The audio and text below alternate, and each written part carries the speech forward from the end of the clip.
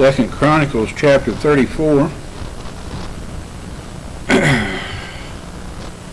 We got down through verse 5 last week. Hopefully we'll get farther than that this week. Since we didn't get that far, I'm going to go ahead and read the first 5 verses, and then we'll start with verse 6 for today's lesson.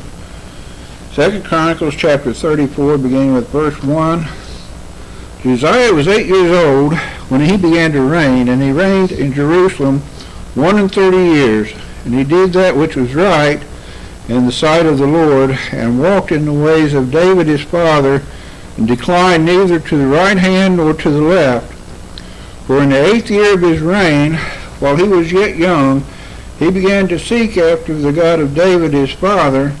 And in the 12th year he began to purge Judah and Jerusalem from the high places and the groves and the carved images and the molten images. And they brake down the altars of Balaam in his presence, and the images that were on high above them he cut down, and the groves and the carved images and the molten images he brake in pieces, and made dust of them, and strewed it upon the graves of them that had sacrificed unto them. And he burnt the bones of the priests upon their altars, and cleansed Judah and Jerusalem.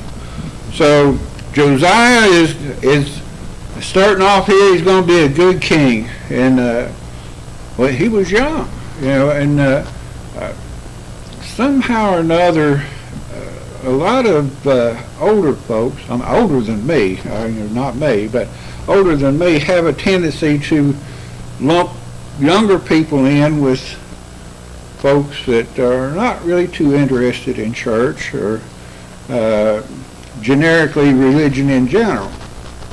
And that was not the case here. He was 8 years old when he began to reign. And anyway, he was 16 years old when he began to seek after God. And he was 8, 12, 20 years old when he began to clean up Judah and Jerusalem. And he did a bang-up job, didn't he? He took all these things down, and he didn't just tear them down, he pounded them into dust. And he went into the places where these false priests were offering things up to these false gods, and he killed them, and he burned their bones on their own altars. So he took care of business. He didn't go about halfway. Anyway, verse 6, and so did he in the cities of Manasseh and Ephraim and Simeon, and even unto Naphtali, and their mattocks, with their mattocks round about. So he didn't just stop in Judah and Jerusalem. Of course, Benjamin is kind of sort of a part of Judah, but he went to 4. Now these weren't where it says here, and so did he in the cities of Manasseh and Ephraim and Simeon and Naphtali. These were not cities. These were like what we would probably call states. And Israel, not the nation of Israel, the kingdom of Israel. We know the kingdom of Israel has already been taken away. The king of Assyria come down, and he cleaned house. He took the biggest part of them away. We know there was a remnant there. And anyway, he went to the cities that were in Manasseh, and the cities that were in Ephraim, and the cities that were in Simeon, and the cities that were in Naphtali, with their mattocks round about. Now, why these 4 states? Well, I believe it was all of them. I believe he did just to cover the whole map. Because Simeon was the southern state of Israel, and depending on whose map you look at, Naphtali was the northernmost state, most likely. And Ephraim and Manasseh were right in the middle. So basically, the whole map of Israel, the nation, was covered. Starting with Judah and Jerusalem, like when we go to talk to people about the Lord, what do you do? Well, first of all, you better start in your own house. And then you go to other people in your family, and you go to your neighbors, and even then, you keep on going. There's always going to be someplace else you can go, but you start off at home. And that's what he did. He started off at Jerusalem and all Judah, and then he went to these other cities and states of Israel. And you might wonder why he did that. I believe he had the authority from God to do it. He was not going to do it halfway. He didn't do it halfway in Judah. Why would he do it halfway in these other states?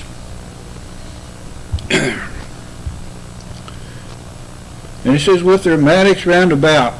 Now, he busted up these idols into powder, it says. And mattocks here is talking about, and it's some kind of a heavy tool, like a pickaxe or a sledgehammer. It's something like that. They're not too specific when you go to studying about it, but it's something you use to tear stuff down. And he cleaned house. Verse 7, when he had broken down the altars and the groves, and had beaten the graven images into powder, still doing it, and cut down all the idols throughout all the land of Israel, he returned to Jerusalem. Now, I'm impressed with Josiah. I don't know if you remember back to when we were studying earlier on in the Kings about David. When his kingdom started to slide was when he stayed home and started sending people out to the battle. Now, Josiah, he's got a battle here. This is just as much a warfare as going out with swords and spears and stuff. Now, those of us that are saved by God's grace, we're in a battle. And we better remember that. But it says only after he had done all this, then he returned to Jerusalem. Okay? Now, I don't know if we're ever going to get done. I mean, I guarantee you, at least in our country, there's always going to be somebody we can witness to. Because you look at the situation our country is in right now, and boy, there's a whole lot of people that need to learn about the Lord. Anyway, he returned to Jerusalem. Now, in the 18th year of his reign, when he had purged the land and the house, talking about the temple, he sent Shaphan, the son of Azaliah, and Maaseiah, the governor of the city, and Joah, the son of Joahaz, the recorder, to repair the house of the Lord his God. So he's got that part taken care of. All the trash is gone, so to speak. Now he's going to rebuild the house. And I don't know if there's a particular importance, what is to be done first. And I believe probably getting rid of the idols is the proper order. You get rid of that first. And then you go about the things, the looking at things, the things that you touch, the things like that. And they're going to repair the house of the Lord his God. He took full possession of the Lord, didn't he? Boy, isn't that wonderful? We have an awesome God. We can't think of anything he can't do for us. I mean, down through my life, I mean, I've been in situations that, well, I won't go into that. Don't want to. I got another rabbit to chase maybe later on, so we'll let that go. But anyway, he claimed God. He claimed God. Of course, we claim God, yeah, but he claimed us first. Before he said, let there be, the first thing in creation, our names were already written down in the Lamb's Book of Life.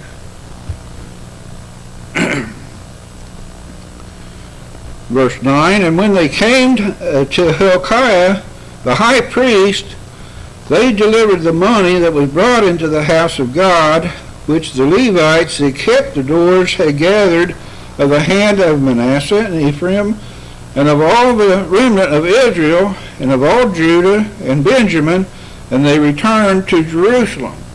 So I'm assuming here, now don't quote me on this. This is my assumption that when they went out and knocked down all these fake idols and things like that, that was when they took up the offerings and things for the Lord, because it says here they delivered the money that was brought into the house of God. So when they came back, which the Levites that kept the doors had gathered in the hand of Manasseh and Ephraim, you know, same ones, and of all the remnant of Israel, the ones that were left that weren't taken away to Assyria, and of all Judah and Benjamin, where they came out from, and they returned to Jerusalem.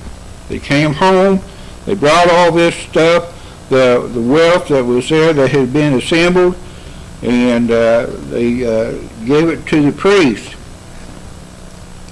And they put it in the hand of the workmen. Okay, remember what they're going to do here now. They're going to start rebuilding the temple. They had the oversight of the house of the Lord, and they gave it to the workmen that wrought in the house of the Lord to repair and amend the house. So there was somebody to watch over the work, to make sure it was done right. If you remember earlier on here, when Josiah, he set out to do all this stuff, he did it in person. He made sure these idols were destroyed. He made sure they were beaten into powder. And now they're going to start on working on the temple, and they give the money to those that were in doing the oversight. They were going to watch what was done. And they gave it to the workmen that wrought in the house of the Lord to repair and amend the house. They were going to fix it up. And it went, there's a place in the scripture where it says that things are to be done decently and in order. And I think this is what this was here. Somebody's in charge. And then he says, well, you do this, you do that, you do this. And they go out and they do what they're told.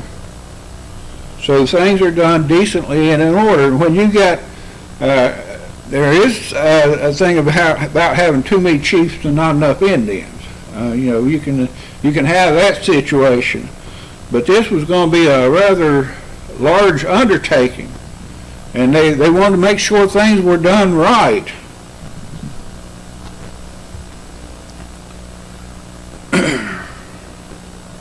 Verse 11, even to their artificers and builders gave they it.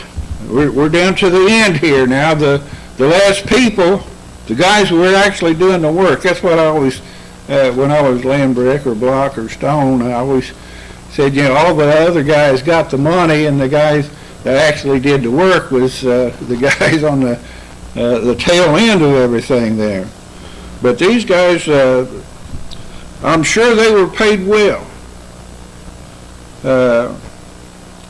Anyway, they were given the money and to buy hewn stone and timber for couplings and to floor the houses which the kings of Judah had destroyed. And the men did the work faithfully, and the overseers of them were Jahath and Obadiah, the Levites of the sons of Merari, and Zechariah and Meshullam of the sons of Kohathites, to set it forward, and other of the Levites, all that could skill of instruments of music. So the guys that were doing the work, they got the money, they bought the hewn stone. Now they must have really been rough on the temple.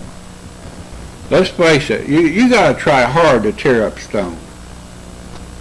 And this was, Hezekiah was just 2 kings prior to this. And he did a sort of a rebuild job on the temple too. So, 2 kings, and one of them was really short. And timber for couplings, that's like beams and rafters and joists, floor joists. That's funny, rafters go up, they're the ones on the top, and joists are the things on the bottom, in case anybody was wondering. That's my word of wisdom for the day. Doesn't have anything to do with what we're doing here. But anyway, and the wood here to floor the houses which the kings of Judah had destroyed. So the houses were the rooms that the priests stayed in. And the men did the work faithfully. I don't know how many times you go to a work site or you're driving down the road and there's a sign that says "Men at Work," and I always say, "Yeah, sure." And the guy holding the sign that says "Stop" or "Slow" is the only one doing anything. Yeah, and he just goes like that. So these guys were doing the work faithfully. They were doing to the best of their abilities. And the overseers of them, and it tells who they were. I'm not going to go through that again. They did everything they could to set it forward, to keep it going. Now, and it goes on, and other of the Levites, all that could skill of instruments of music. They were even playing music for them. Now, I don't know if it was music for them or if it was music to give glory to God. I think more so that. Some of the reference books and stuff kind of have it to where they were being entertained as they were working. And I don't think that would be appropriate, really, to be working on the house of the Lord. I mean, if we come in, say we were going to paint the ceiling here in the house, and somebody brought what do they call that big radio they used to carry on their shoulders walking down the road? Boombox, yeah. And they were playing all sorts of music like that. I think that's inappropriate. I don't think that's not kind of entertainment. You don't come to church or do things for the church to be entertained. And if you go to a church and that's all you get out of the message is entertained, you need to look someplace else. And all it could skill of instruments of music. Verse 13, and they were over the bearers of burdens, and were overseers of all that wrought the work in any manner of service. And of the Levites, there were scribes and officers and porters. So there was somebody to watch to make sure everything was done right. we used to have people, architects, but I don't know, architects, I never had much use for them because they could draw a building on paper. And then you try to build that building and no, that can't be done. I mean, I have seen blueprints where we had to build a wall and there was nothing there to build it on. So, but these guys, these were the Levites, they knew what was supposed to happen, how things were supposed to be made, how things were supposed to be done. And it says there were scribes and officers and porters. Now, scribes were the ones that wrote down the things mostly that pertain to spiritual matters. Officers, I don't know. None of the reference books gave any definition with scriptural support. And porters are the end of the food chain, so to speak. They're the ones that do the, I don't know whether you would say pushing the broom or whatever, everybody's done and they clean up after them, something like that. But anyway, everybody was doing what they were supposed to do. Verse 14 now. We're going to change gears here a little bit. And when they brought out the money that was brought into the house of the Lord, Hilkiah the priest found the book of the law of the Lord given by Moses. Now, I would think that this is a rather astonishing discovery. And it is an astonishing discovery. In verse 15, and Hilkiah answered and said to Shaphan the scribe, I have found the book of the law in the house of the Lord. And Hilkiah delivered the book to Shaphan. So he found it, and what did he do? He passes it off to the next guy. Which, yeah, okay, you do that. Somebody in a little bit more authority, maybe. What did he do with it? And Shaphan carried the book to the king and brought the king word back again, saying, all that was committed to thy servants, they do it. Don't mention the book. The most important thing. He doesn't mention it. Now, in 2 Kings, chapter 22,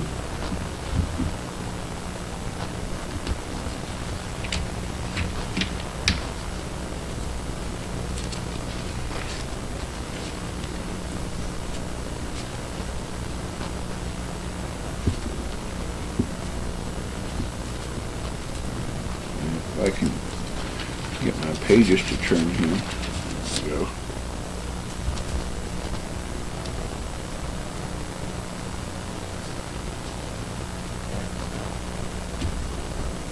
Second Kings chapter 22 and verse 8.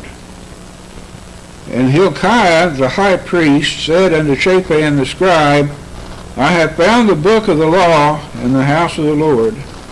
And Hilkiah gave the book to Shaphan, and he read it. Doesn't say that in 2 Chronicles, but you need to remember that. So, back in 2 Chronicles 34,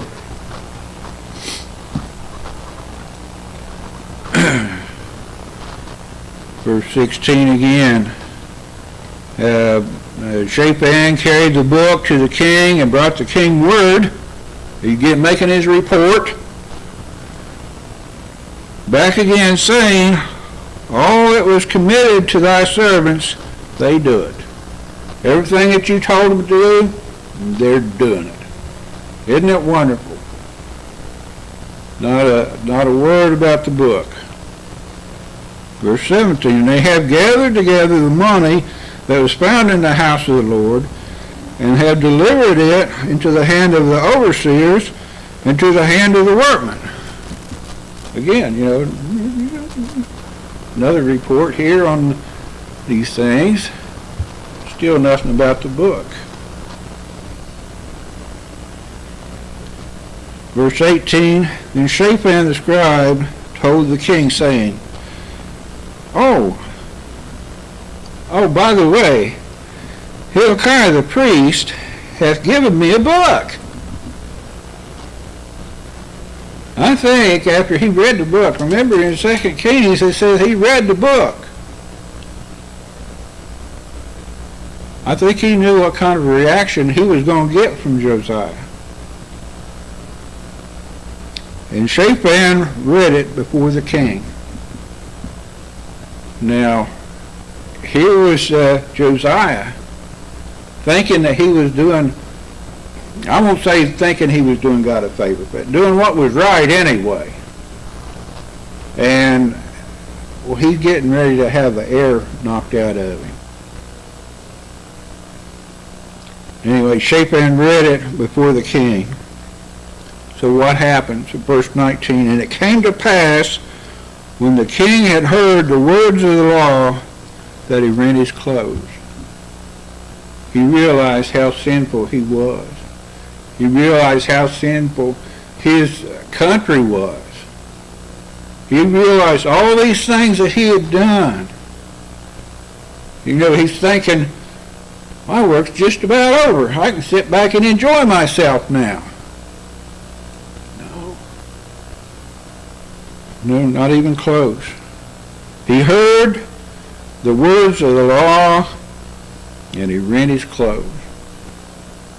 Now, one time in my entire life, I have been that despondent, in that much despair. And I never want to go through anything like that again in my life. And here's Josiah. And it's not just his deeds or misdeeds or whatever. He was a good king. He did that which was right. He followed after his father David. Didn't turn to the right or the left. And yet, when he heard the words of the law, he rent his clothes. He was in despair. And we're going to quit there. We still didn't get to chase that other rabbit, but we're going to anyway.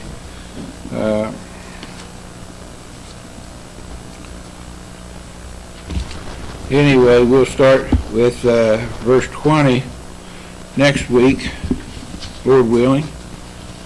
And Josiah has still got a lot of things to do yet. We're going to be with him a while longer. So don't forget to hang in there in about 5 minutes. Pastor's going to have a great message.